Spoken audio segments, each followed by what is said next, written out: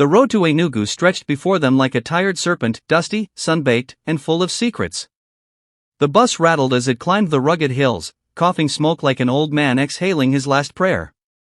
Inside, the passengers were silent except for the occasional grunt of the driver or the distant wail of a child pressed against her mother's side. Ujunwa sat by the window, her fingers wrapped tightly around the strap of her purse. Her mother sat beside her, eyes fixed on the horizon, as if the landscape itself might reveal the truth hidden in Tobichuku's words. The rising sun threw long shadows across the red earth, and with each mile, the weight of their journey pressed heavier on their chests. They had left their small compound before dawn. The village was still asleep, then roosters had just begun to stir, and the dew clung stubbornly to the grass. Ujunwa remembered how the air had felt that morning, heavy yet pure, as if the spirits themselves were watching them leave. She could almost feel Tobichuku's unseen gaze following them from the edge of the forest. Now, as the bus roared past the plains, she couldn't help but wonder, what if none of it was real? What if her mind had conjured a ghost out of her own loneliness? But every time doubt crept in, she would hear his voice again, low, calm, filled with a pain too human to be imagined. Mama Ujunwa shifted uncomfortably on her seat. "When we get to Enugu," she said softly, breaking the silence, "you will keep quiet unless I tell you to speak, do you understand?" Ujunwa nodded. "Yes, Mama." "This Chief Okafor, if half of what that spirit said is true, we must tread carefully. Men like him don't like to be reminded of ghosts." The word ghost made the girl shiver. The bus screeched to a halt at a checkpoint. A soldier stepped out from the shade of a makeshift tent, his uniform stained with sweat. He peered inside the bus, scanning faces with suspicion. When his eyes met Ujunwa's, she froze. He stared at her for a heartbeat too long before waving the bus onward. The driver spat through the window and cursed under his breath as they resumed their journey. "Nonsense! Always wasting our time." For the rest of the ride, silence reigned. It wasn't the kind of silence that was empty, it was thick, pulsing with the whisper of unseen forces. Even the trees seemed to bend toward the road, their branches swaying as if listening. By the time they arrived in Enugu, the sun was already sliding down the horizon, painting the city golden amber. The air smelled of exhaust fumes and roasted plantains. Vendors shouted from every corner, motorcycles buzzed like flies, and amidst the chaos stood the promise of a world far removed from the quiet village they had left behind. Mama Ujunwa led the way, clutching her worn bag. They stopped near a row of shops to ask for directions. "Uwani Estate," the trader repeated, frowning. "Ah, that's in the southern part of town. You'll take a kiki from here. Tell the driver you're going to the gate with the lions, he'll know it." The word sent a chill through both women. The gate with the lions. Tobichuku's description echoed perfectly. As the kiki sped through the busy streets, Ujunwa caught glimpses of a world she had never known: gleaming cars, tall buildings, and people who walked with the confidence of those untouched by poverty. Yet, beneath the surface beauty, something darker pulsed through the city's veins. She felt it in the way people glanced over their shoulders, in the shadows that stretched unnaturally long beneath the streetlights. When the tricycle finally stopped, the sight before them stole their breath. A massive white mansion loomed behind iron gates. 2 life-sized lion statues guarded the entrance, their marble eyes gleaming coldly in the fading light. The air around the place felt different, thicker, quieter, like the pause before a storm. "That's the one," Mama Ujunwa whispered. They stood there for a moment, neither daring to move. "Do you think he'll listen to us?" Ujunwa asked. Her mother sighed. "We didn't come here to beg. We came to tell the truth." They walked toward the gate. A guard stepped out of the small post, his expression unreadable. "Who are you looking for?" "Chief Okafor," Mama Ujunwa said. "Tell him we've come with a message from Tobichuku." The guard blinked. For a brief second, something flickered across his face, fear, perhaps, but he quickly masked it with a forced laugh. "Madam, you people should go back. Don't bring yourself trouble. Chief doesn't entertain messages from the dead." Mama Ujunwa's jaw tightened. "Then tell him that the dead won't rest until he hears this one." The guard hesitated, then walked toward the house, muttering something under his breath. The silence that followed stretched endlessly. Even the air seemed to grow colder. Then, the gates creaked open. Chief Okafor stood on the front porch. He was tall, broad-shouldered, with the kind of presence that commanded attention. His white kaftan gleamed under the fading sun, and his gold wristwatch caught the light with every subtle movement. His face was calm, but his eyes, sharp, calculating, betrayed a man accustomed to power. "So," he said, his voice deep and smooth, "the village sends ghosts to my door now?" Mama Ujunwa bowed slightly. "Good evening, Chief. My name is Ujunwa Nadi. This is my daughter, Ujuna. We did not come to trouble you. We came with a message from your nephew, Tobichuku." Something in his expression shifted, though only for a second. "Tobichuku," he repeated slowly. "He's been dead for years."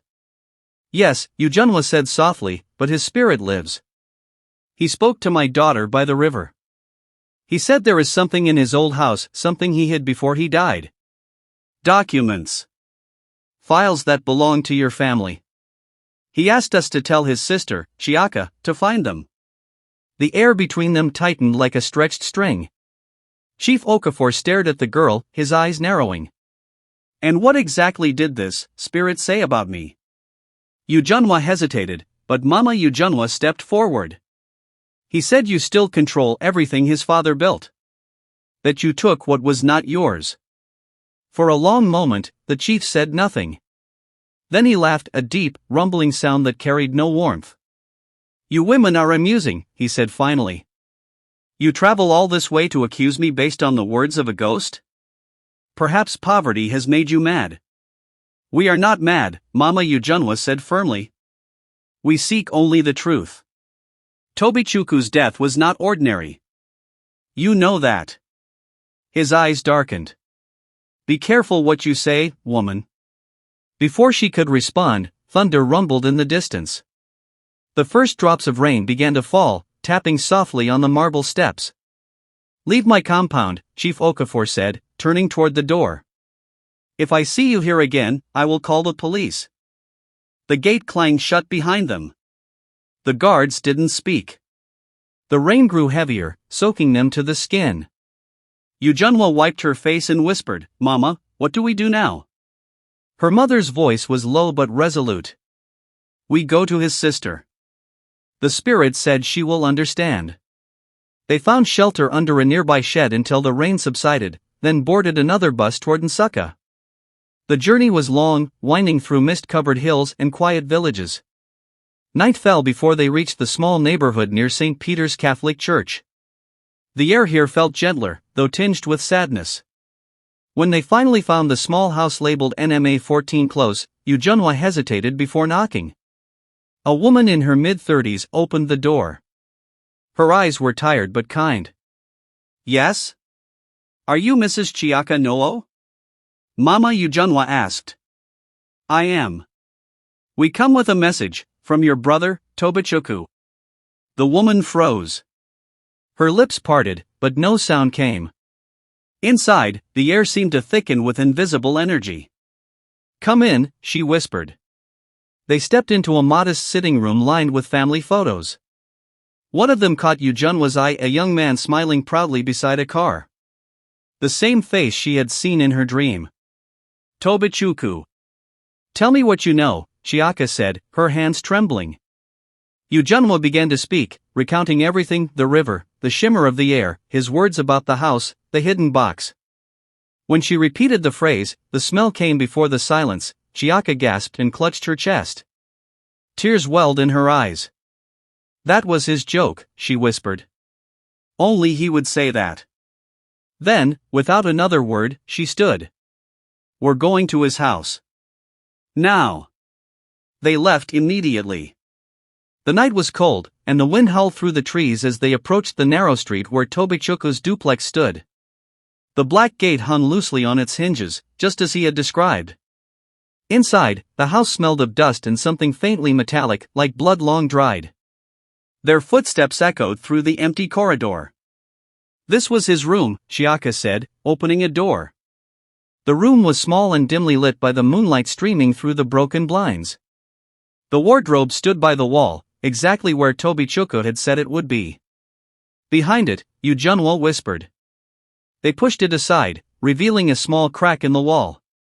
Chiaka's hands trembled as she reached into it and pulled out a rusted metal box. Her breath hitched as she opened it. Inside lay stacks of old documents, photographs, and a set of keys. At the bottom of the box was a letter, its edges yellowed by time. She unfolded it slowly. If you are reading this, then I am gone.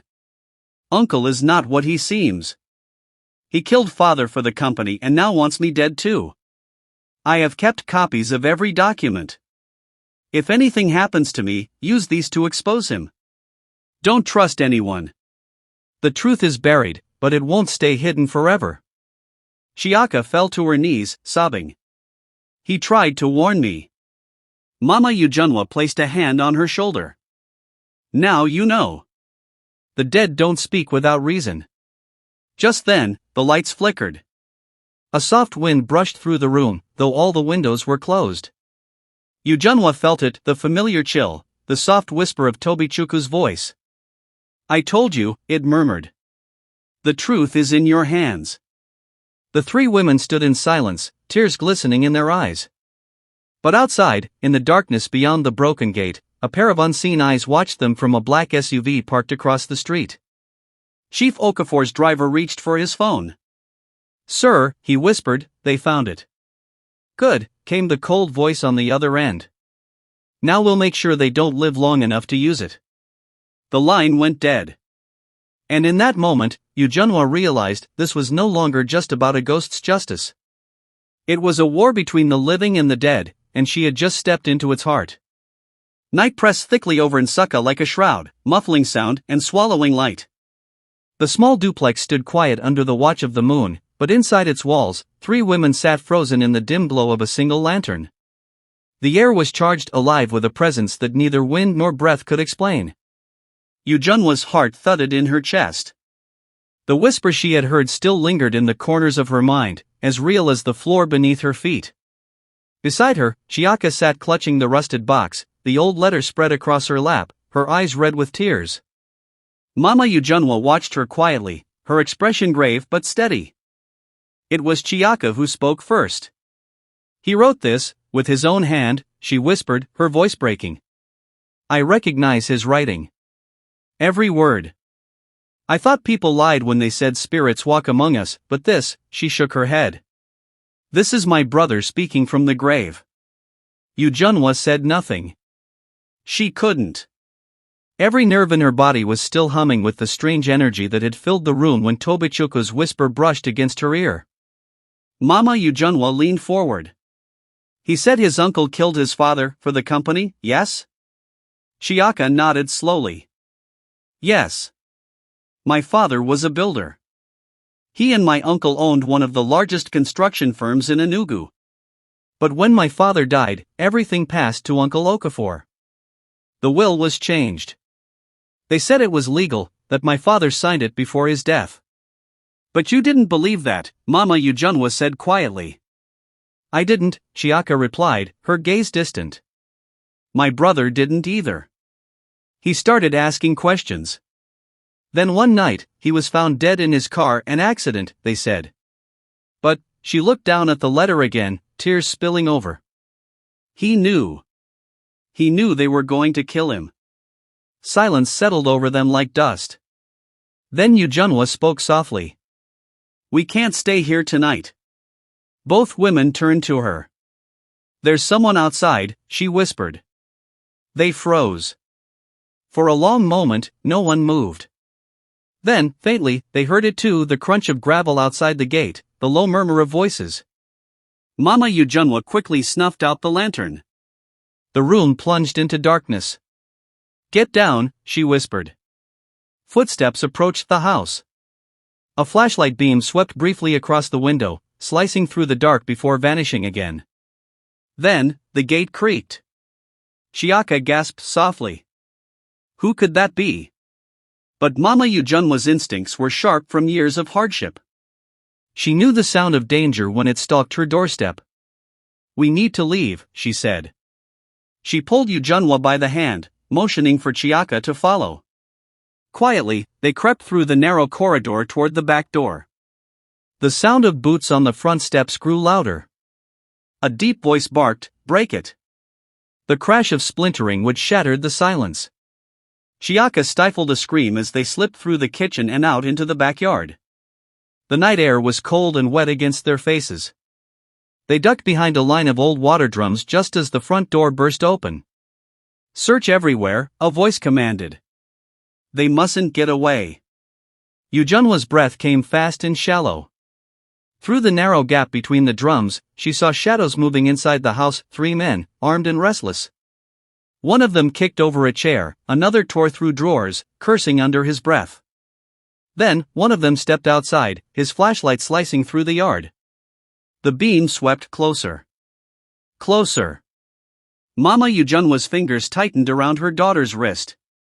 The man stopped just short of them, his boot inches away from their hiding place. He turned his head, listening. For a terrifying heartbeat, their eyes almost met through the gap. Then, suddenly, the wind rose.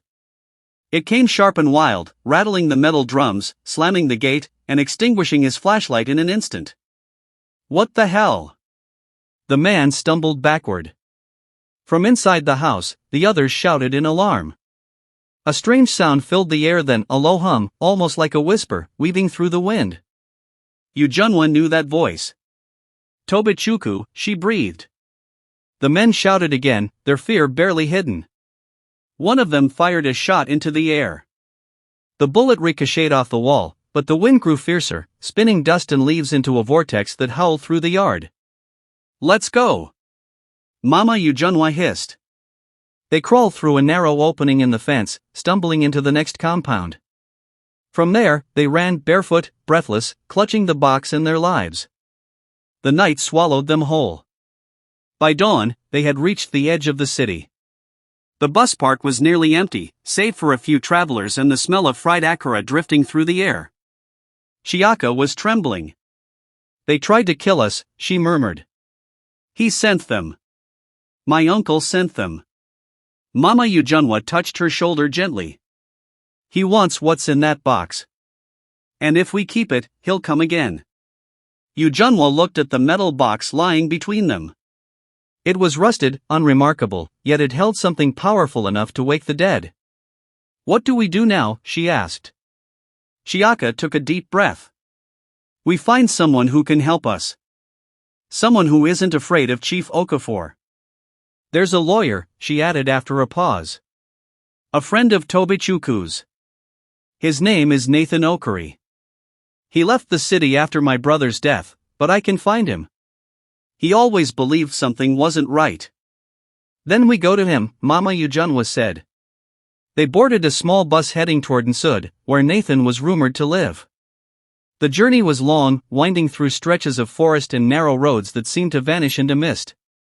But for the first time since the river, Yujunwa felt a strange calm. She could feel Tobichuku's presence again, faint, protective, like a guardian walking just a step behind. When they arrived, they found Nathan in a small, cluttered office behind a church. He was a tall man in his 40s, with weary eyes and a kind smile. At first, he looked skeptical when they told him their story, but when he saw the letter, his expression changed completely.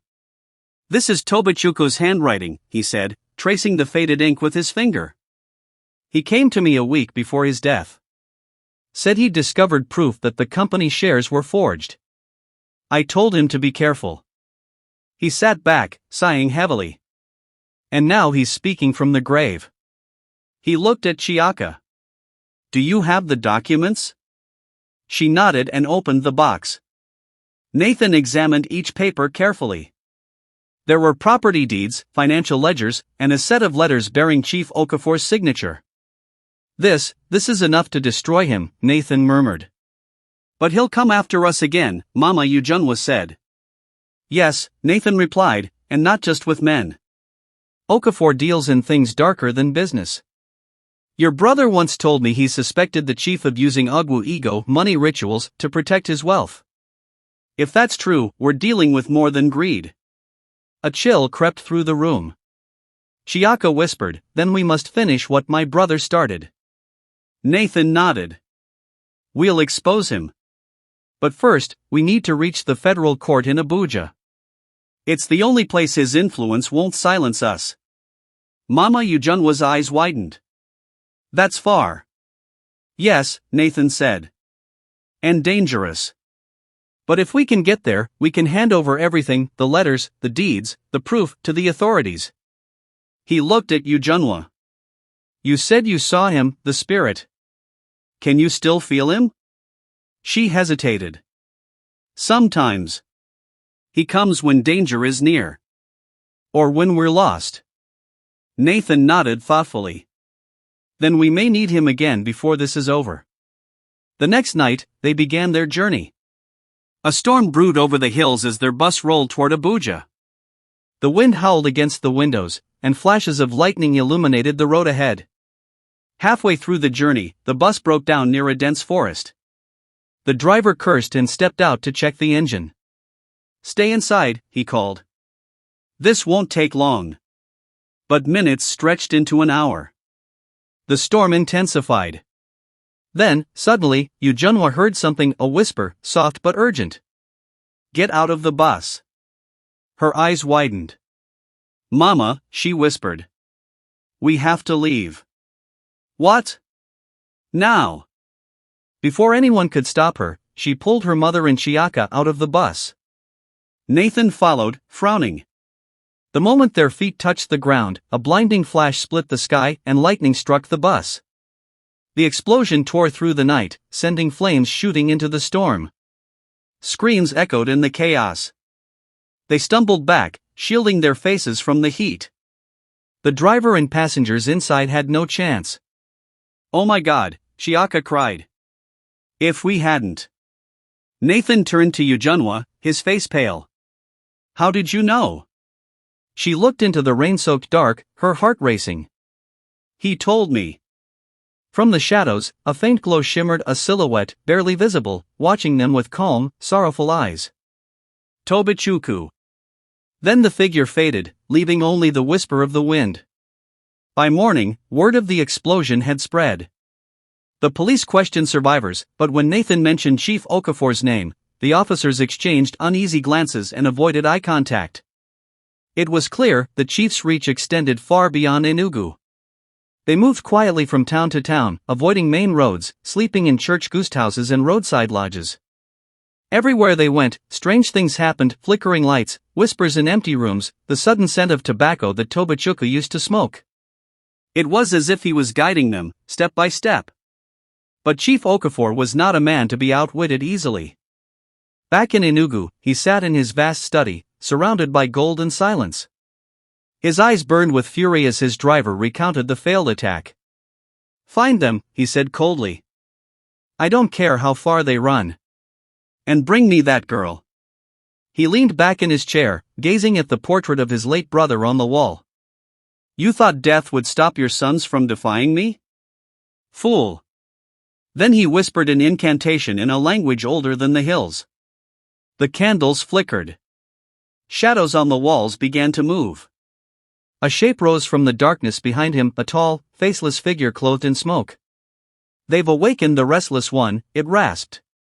He protects them. Then destroy him, Okafor said. And everyone he shields. The shadow nodded once, its body dissolving into a swirl of mist that slipped beneath the door. Far from Enugu, Ujunwa woke in the middle of the night, gasping. Her chest burned with cold. The room around her, dim, silent, seemed to vibrate with unseen movement. Mama, she whispered. Her mother stirred beside her. What is it?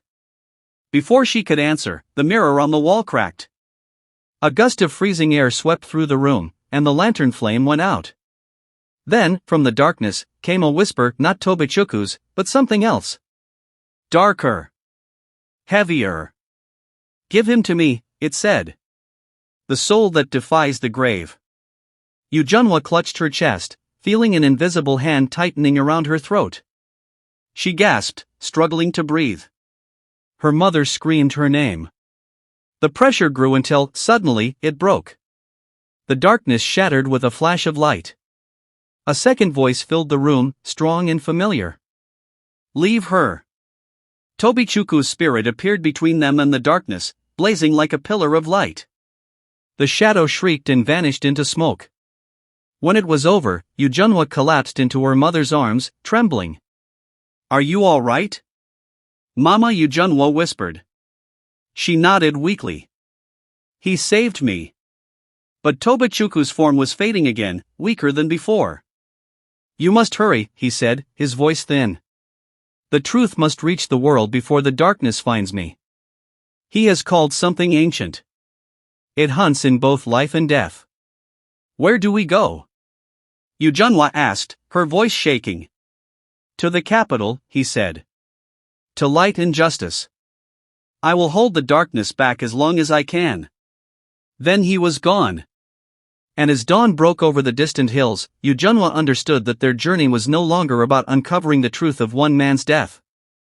It was about surviving the battle between power and redemption, between greed and the restless dead. She took her mother's hand and whispered, "We keep going." Mama Ujunwa nodded, her voice trembling but firm. "Yes, my child. Until justice speaks." Outside, the wind rose again, gentle this time, almost like a blessing. The wind that brushed against their faces that dawn carried more than just cool air, it carried a whisper of destiny, the faint pulse of unseen eyes watching from beyond the veil of the living. The sky above them had burned with the copper glow of early sunrise, but for Ujunwa, it felt like the calm before another storm. The events of the night still echoed in her chest, the choking darkness, the faceless shadow, and the radiant form of Tobichuku shielding her from it. She walked beside her mother along the red road that cut through the sleepy town.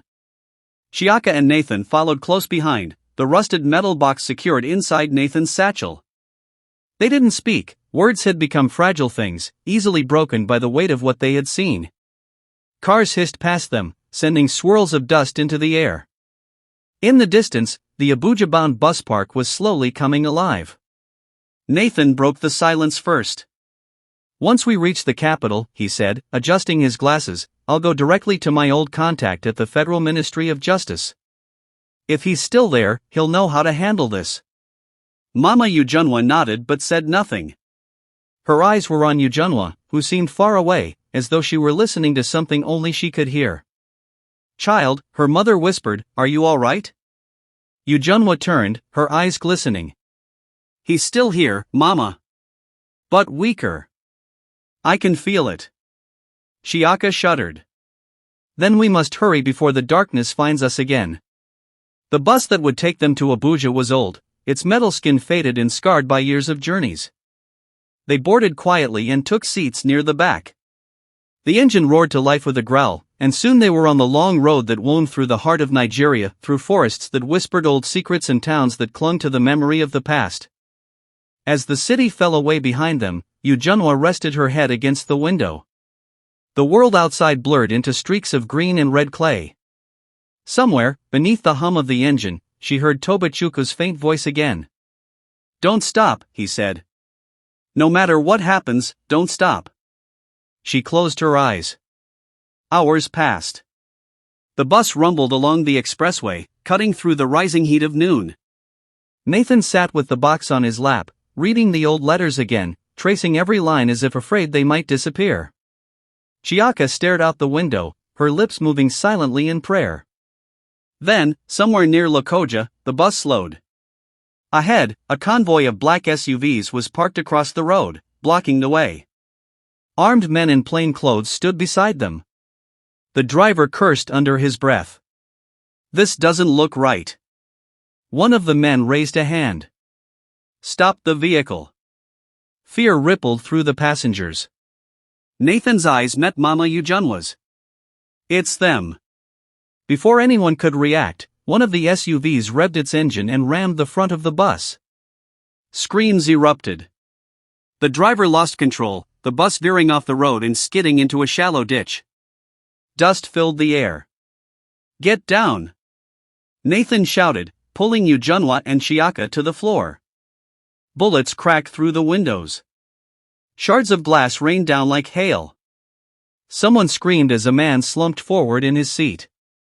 Mama Ujunwa's heart pounded as she dragged her daughter toward the back exit. "This way." They burst out into the tall grass just as more gunfire erupted. Nathan followed, clutching the box. The air smelled of burning rubber in fear. "Split up," he shouted. "Meet at the old shrine road behind the hill." They ran. The world blurred into sound and movement, the roar of engines, the crack of bullets, the cries of strangers. Ujunwa's lungs burned, her feet slipping in the mud. Behind her, she could hear the men chasing them, shouting orders. Then suddenly, the air shifted. The wind stilled. A whisper brushed against her ear, "Left." She turned sharply, pulling her mother along. A bullet tore through the air where they had just been. They crashed into the cover of a dense grove. The trees swallowed them whole, their branches thick and ancient. The air was cool here, heavy with the scent of earth and old spirits. Mama Ujunwa leaned against a trunk, gasping. "We can't keep running like this." Before Ujunwa could reply, a shadow passed between the trees. She froze. At first, she thought it was one of the men, but then she saw its form tall, fluid, like smoke shaped into a man. It moved without sound, its face blank, its presence suffocating. The darkness from the night before. "Mama," she whispered. "It's here." The shadow glided closer. Its form flickered, whispering in a language older than breath. The ground beneath them trembled. Then, from the heart of the forest, a pulse of light burst through the trees. Tobichuku's spirit appeared again, dim, flickering, but resolute. "You can't have them," he shouted. His voice rang through the grove like thunder. The shadow recoiled, screeching like metal grinding against stone. It lunged, and the two forces collided, light and darkness clashing with a roar that shook the leaves from the trees. Ujunwa fell to her knees, covering her ears. The air vibrated with energy, crackling with unseen power. Sparks of light exploded around them. "Mama," she screamed. But Mama Ujunwa was on her knees too, clutching her chest, her face contorted in pain. "I can't breathe." Ujunwa crawled to her side, tears streaming down her face. "Hold on, Mama. Please." Then, as suddenly as it had begun, the forest went still. The light faded. The shadow was gone. Tobichuku's form flickered weakly. "He grows stronger," he whispered. "Okafor has fed him blood. Every life taken adds to his power. You must end this, before he binds me completely." "How?" Ujunwa cried. "In his house," Tobichuku said. "In the mansion of the lions. Beneath the floor, in the chamber of mirrors. That's where his heart lies, the source of his darkness. Destroy it, and you free us all." Then his image began to dissolve. "Go to the shrine road. Nathan will wait there. Tell him what I said." "Wait." Ujunwa reached out, but he was gone, leaving behind only the whisper of rustling leaves. They found Nathan hours later at the base of the hill, his clothes torn, his face streaked with sweat. He was alive, though shaken. Chiaka sat beside him, clutching the box like it was the last piece of her brother she had left. When Ujunwa told them what Tobichuku said, Nathan's face hardened. "If that's true, then Okafor's power isn't just money, it's something ancient. Something that must be destroyed. But how do we even get close to him?" Chiaka asked. "His mansion is guarded like a fortress." Nathan's gaze turned thoughtful. "We'll need help. And I know someone who might just give it." He led them through winding back roads to a remote compound near Akpatu, a place few dared to visit after dark. The gate was carved with strange symbols, and the air around it buzzed faintly, as if alive. Inside lived Dibian Wodo, an old spiritualist known throughout the region.